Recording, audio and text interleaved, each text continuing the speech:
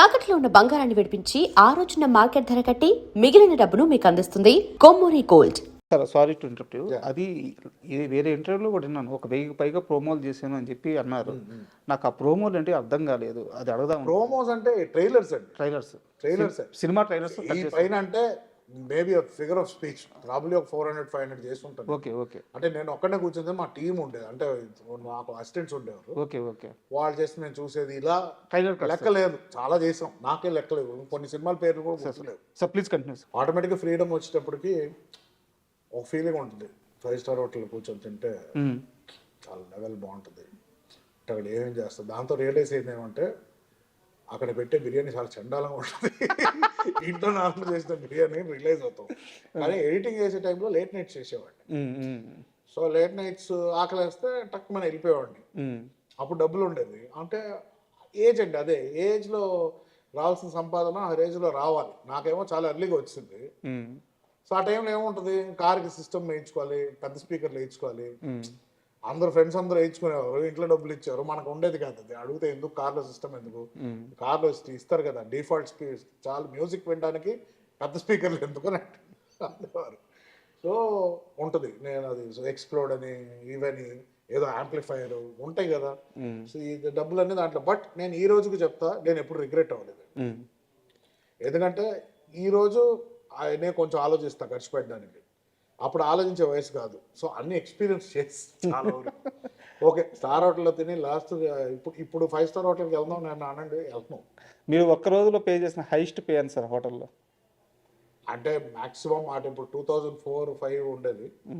అంటే నార్మల్, అంటే birthday party ఒకసారి ఇచ్చానండి, that will be the highest 20,000 something. Okay. అప్పుడు ఒక 7 పీపుల్ వెళ్ళాం. ప్రాబ్లీ ఈ రోజు ఇట్ విల్ బి మోర్. అవును, 10 రెట్లు. రెగ్యులర్ గా వీకెండ్స్ వెళ్ళేవాళ్ళం తినడానికి, 4-5 వేలు అయ్యేది. బట్ ఏంటంటే మనకి అది ఎయిటింగ్ ఎవరికి లెక్క చెప్పడానికి లేదు కదా. అవునవును, వచ్చేది తినేవాళ్ళం. అంటే నేను ఒక్కడే వెళ్ళేవాడిని కాదు, నలుగురు 5 వెళ్ళేవాళ్ళం, కూర్చునేవాళ్ళం, తినేవాళ్ళం, ఎంజాయ్ చేసేవాళ్ళం, వచ్చేవాళ్ళం. ఏసీ మంచి అట్మాస్ఫియర్, మైక్రోసాఫ్ట్ సిఇఓస్ వీళ్ళందరూ కూర్చొని ఉంటారు, మనకు ఒక పెద్ద ఫీలింగ్. వాడికి వెళ్ళి వీళ్ళతో మేము తింటూ ఉంటున్నారు. సో ఒక పాయింట్ తర్వాత అక్కడ రెగ్యులర్ అయిపోయి స్టాఫ్ ఫ్రెండ్స్ అయిపోయి బుఫే వెళ్ళినా కూడా వాళ్ళు ఏం కట్టకండి సార్, బుఫేలు ఉన్నాయి, నేను ప్లేట్లు తెచ్చిపెట్టేస్తాం, కూర్చోండి మీరు చాలా అది. అప్పుడు ఫ్రీ కాఫీస్ ఇచ్చేవారు. సో అంటే అక్కడ అడ్డలాగా అయిపోయింది ఒక టైంలో. సో డబ్బులు లేనప్పుడు ఒక్కొక్కసారి అక్కడికి వెళ్ళేవాళ్ళం, తాజ్కి వెళ్ళేవాళ్ళం. ఎందుకంటే వెయిటర్స్ ఫ్రీ కాఫీ ఇస్తారని తెలుసు. బయటికి ఎక్కడ బరిస్తాకి వెళ్ళినా 40-50 రూపీస్ ఉంది, లేకపోతే డైరెక్ట్గా తాజ్కి వెళ్తే ఒక కాఫీ అయినా ఫ్రీగా దొరుకుతుంది, ఒక 2 hours కూర్చోవచ్చు, ఏసీలో కూర్చొని మాట్లాడుకోవచ్చు, వచ్చేయచ్చు. ఇలాంటి కొన్ని బెనిఫిట్స్ ఉండేవి ఆ టైంలో. బట్ అలాంటి హోటల్స్కి చాలా రోజులు అయిపోయింది యాక్చువల్లీ. ఇప్పుడు బయటికి స్టార్ హోటల్స్ తేడా ఏం లేదు, అన్నీ ఒకటే ఇప్పుడు. బట్ మ్యాక్సిమం అన్నీ పోయింది. ఇప్పుడు మ్యాక్సిమం ఇంట్లో ఫుడ్ ఎంత తినగలుగుతామో అంత తింటే బెటర్ అని ఇప్పుడు అన్ని చేంజ్ చేసాం. అండ్ చిరుత సినిమాకి మీ కాంట్రిబ్యూషన్ ఏంటి? ఫ్రాంక్లీ నేను ఒక 2-3 సాంగ్స్ చేశాను, 2-3 సీన్స్లో నేను కొన్ని ఎఫెక్ట్స్ లాంటివి ట్రై చేశానండి. కొన్ని కామెడీ సీన్స్, ఆలి బ్రహ్మానందం గారి సీన్ టచ్ చేసినప్పుడు షాక్ ఎఫెక్ట్ లాంటివి వస్తాయి, అదొకటి జగన్నాథ్ గారికి, పూరి గారికి నచ్చింది. అండ్ ఆ టైంలో నేను చందమామ చేస్తుండే, చిరుత చేస్తుండే, అండ్ యమదొంగకి ఒక చిన్న పోర్షన్ షూట్ చేశాను. ఫాలోస్ సాంగ్ వీరమణి గారు అబ్బాయి, ఆ లాకెట్ పోర్షన్ రాజమౌళి గారు వాళ్ళ డాడ్ స్క్రిప్ట్ ఇచ్చారు. దాంతో ఆ రాజమౌళి గారు సూపర్విజన్లో I was shooting something, shoot చేసాం. అదే ఒక చిన్న డిఎస్ఎల్ఆర్ సోనీ కెమెరా ఇచ్చారు అప్పుడు, HD camera something.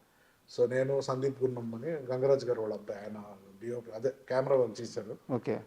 So we both were doing. ఈ టైంలో నేను ఆల్రెడీ 2 ఎడిటర్స్ ఉన్నారు చిరుతకి, వర్మ ఉన్నారు. మోస్ట్ ఎడిట్ వర్మనే చేశాను actually. I did 3-4 songs and ఫైట్లో కొంచెం అటు ఇటు ఏదో ఫస్ట్ ఫైట్ సెకండ్ ఫైట్ కొంచెం చేశాను. దాని తర్వాత నేను లాస్ట్కి నేను తక్కువగా చేశానండి, టైటిల్ అవసరం లేదులేండి, వర్మకి క్రెడిట్ ఇచ్చేసేయండి అని చెప్పాను. బట్ అప్పటికే లేదు ప్రింట్ చేసేసాము, ఇంకా ఇప్పుడు అవ్వదన్నారు. సర్లే ఓకే అని చెప్పేసి ఇంకా ఐ డెంట్ కాంట్రిబ్యూట్ మచ్. ఒక 20% ఎంతో చేసి ఉంటాను నాకు తెలిసి. ట్రైలర్ చేశాను అంతే, టీజర్, ఫస్ట్ టీజర్ వచ్చింది, అది ఒకటి చేశాను. ఇక్కడ నాకు చిన్న డౌట్, యాక్చువల్గా రామ్ చరణ్ మీకు చాలా చిన్న వయసులో క్లాస్మేట్. అవును. మీరు ఈ సినిమాకు పనిచేసేటప్పుడు చరణ్ అంటే ఆ చరణ్ ఈ చరణ్ కలిసి మాట్లాడుకోవడం ఈ ఆ ఎక్స్పీరియన్స్ షేర్ చేస్తారా? అసలు చిరుత టైంలో ఏం జరిగింది? చరణ్కి నాకు అంటే టైం టు టైం కలుస్తూనే ఉండే. ఏదో ఒక అంటే హైదరాబాద్ వచ్చిన కొత్తలో నాకు ఎవరు తెలియదు. ఓకే. సో నేను చరణ్నే కలవడానికి వెళ్ళా. బట్ లైఫ్ ఇక్కడ కొంచెం కాంప్లికేటెడ్. చెన్నైలో చాలా సింపుల్గా ఉండేది. ఇక్కడ బయట వస్తే ఎక్కడ పీస్ఫుల్గా ఎక్కడ చాట్కి వెళ్దాం అన్నా కూడా తినిచ్చేవారు కాదు పాపం మనోడిని. రామ్ చరణ్ గారిని. కానీ నాకు రామ్ చరణ్లో ఒక విషయం నాకు ఏం నచ్చుతుంది అంటే, నాకు ఫస్ట్ స్టాండర్డ్ నుంచి ఎలా గుర్తుకున్నాడు ఇప్పుడు అలాగే ఉంటాడు. ఓకే. సో సక్సెస్ ఫేమ్ అనేది ఆయన చేంజ్ చేయలేదు. So that is one great. అది అలా ఉన్నోళ్ళు చాలా గ్రేట్ అని నా ఫీలింగ్ యాక్చువల్లీ.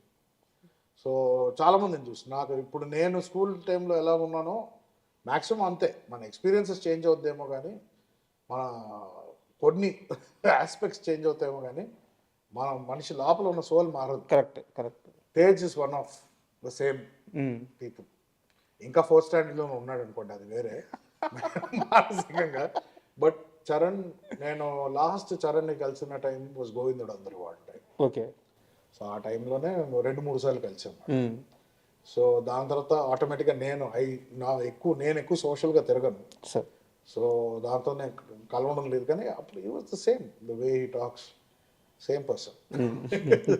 ఏ మొత్తం మార్పు ఉండదు. So is the same genuine kind guy. So that is one thing I really like. So Chirutha కూడా ఫస్ట్ నన్ను చరణే వచ్చి అడిగారు ఫస్ట్. ఓకే. వచ్చి ఇలాగ ఎడిట్ చేస్తామని అడిగాడు. చేస్తానని చెప్పాను. దాంతో వెళ్ళినప్పుడు చెప్పారు, 2 ఎడిటర్స్ ఉన్నారు. సో కొన్ని పోర్షన్స్ నువ్వు, కొన్ని పోర్షన్స్ ఆయన. Okay fine, what ever we can do. But I feel నా టైటిల్ అనవసరంగా వేసారనిపిస్తుంది ఇంకా ఉందని. ఎందుకంటే మనస్ఫూర్తి కంట్రిబ్యూట్ చేయలేదు నేను అసలు. తేజ్ గారి యాక్సిడెంట్ అప్పుడు పర్సనల్గా చాలా సఫర్ అవ్వలేదా మీరు? 100% అయ్యాము. ఎందుకు అవ్వలేదు? తినేసింది లోపల. ఫోన్ స్విచ్ ఆఫ్ చేసేసుకొని. అవును, ఆఫ్ చేశాను. 100% ఆఫ్ చేశాను నేను. ఏమని ఆన్సర్ చేస్తాను నేను అప్పుడు? ఏం క్వశ్చన్స్ అడుగుతారు? బట్ వచ్చిన వాటిల్లో కూడా సాయి తేజ్తో పాటు నరేష్ కొడుకున్నాడు. అవును, ఇద్దరు కలిసి అంటే 400 కిలోమీటర్స్ వెళ్ళారు. తర్వాత 400 కిలోమీటర్స్ బైక్ ఇండియాలో. తర్వాత కాలంలో ఇవన్నీ అబద్ధం అని తేలింది కాబట్టి సరిపోయింది. కానీ ఇద్దరు తాగున్నారు, ఇట్లాంటివన్నీ వందల పుకార్లు వచ్చినాయి.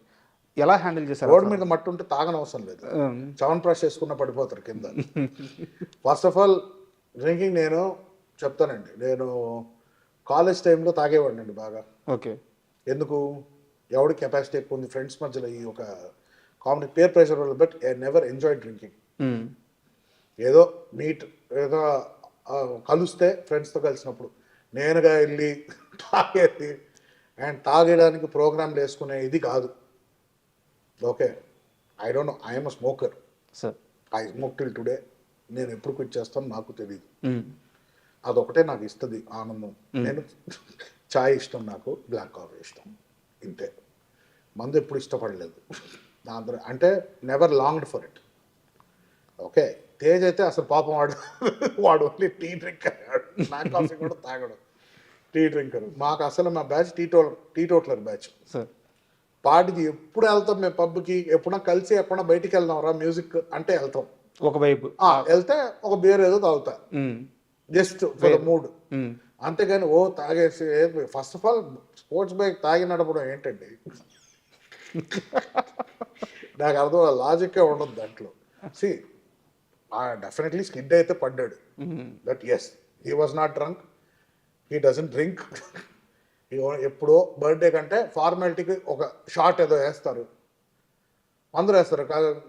ఇప్పుడు 40 ఏళ్ళు వస్తుంది అందరికి, ఇప్పుడు ఏం చిన్న స్కూల్ పిల్లల. But alcohol never. నేను ఐ యూస్ టు. మధ్యలో they was a face where I drank and నా ప్రాంకేస్ దొబ్బింది. అవునా? అంత అంటే not because of alcohol, because of my life style and my eating habits. Sai Tej గారు యాక్సిడెంట్ అయిపోయిన తర్వాత మీరు అంటే అక్కడ ఒక స్పేస్ ఇద్దామని చెప్పి గ్యాప్ తీసుకున్నారు. తర్వాత ఎప్పుడో మీరు కలిసి ఉంటారు కదా, తర్వాత ఆ ఇన్సిడెంట్ తర్వాత ఆయన కాన్షియస్లోకి వచ్చిన తర్వాత ఏదో ఒక రోజు ఇద్దరు కలిసారు కదా. 100%. ఫస్ట్ టైం ఆ మీటింగ్ ఇద్దరి మధ్య ఏం జరిగింది సంభాషణ? ఎందుకంటే మీ ఇద్దరు థిక్కెస్ట్ ఫ్రెండ్స్. ఆయన మిమ్మల్ని చూడంగానే ఏం మాట్లాడారు, మీరు ఆయన చూడంగానే ఏం మాట్లాడారు? ఫస్ట్ హగ్ చేసుకున్నాం, దాని తర్వాత చెప్పండి. నెక్స్ట్ ఏదో బైక్ కొందాం అన్నాడు అప్పుడు. మ-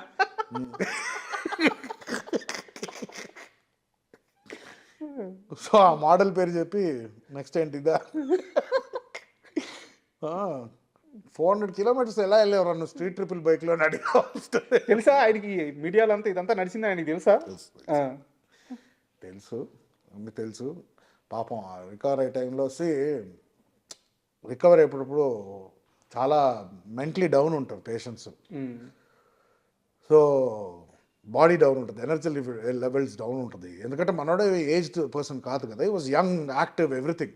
ఇప్పుడు ఏంటి బ్రెయిన్ రెస్పాండ్ అవ్వడానికి టైం పడుతుంది, స్పీచ్ ఇంపైర్మెంట్ ఉంది. సో లోపల మానసికంగా నాకే ఒక 2-3 సర్జరీస్ తర్వాత రికవర్ అయ్యే 15 days చాలా చిరాగ్గా ఉంటుంది. ఏం చేయలేకపోతున్నాం, బయటికి వెళ్ళలేకపోతున్నాము, బెడ్లోనే పడుకోవాలి. పాపం అన్ని రోజులు ఈ was there on the bed. So will be frustrated. So వచ్చాక అది కన్సోలింగ్ ఇవన్నీ ఎవడు చేయకూడదని నా ఫీలింగ్. అండ్ నా గురించి తెలుసు, నేను ఏది సీరియస్గా తీసుకోవాలని తెలుసు, unless it is death. But మీలాంటి ఇద్దరు ఫ్రెండ్స్ కలిసినప్పుడు అది ఏ సిచ్యువేషన్ అయినా చాలా ఫార్మల్గా అయితే ఉండదు. ఫార్మల్గా ఎప్పుడు లేదు. ఏదైనా ఎక్కువ నవ్వుకుంటాం, లేకపోతే కోపాల్లో ఉంటాం, అంతే. తిట్టుకుంటాం. మీరు చెప్పారా రే ఇన్సిడెంట్ తర్వాత నా బైక్స్ అని అమ్మేసాడు నాన్నని?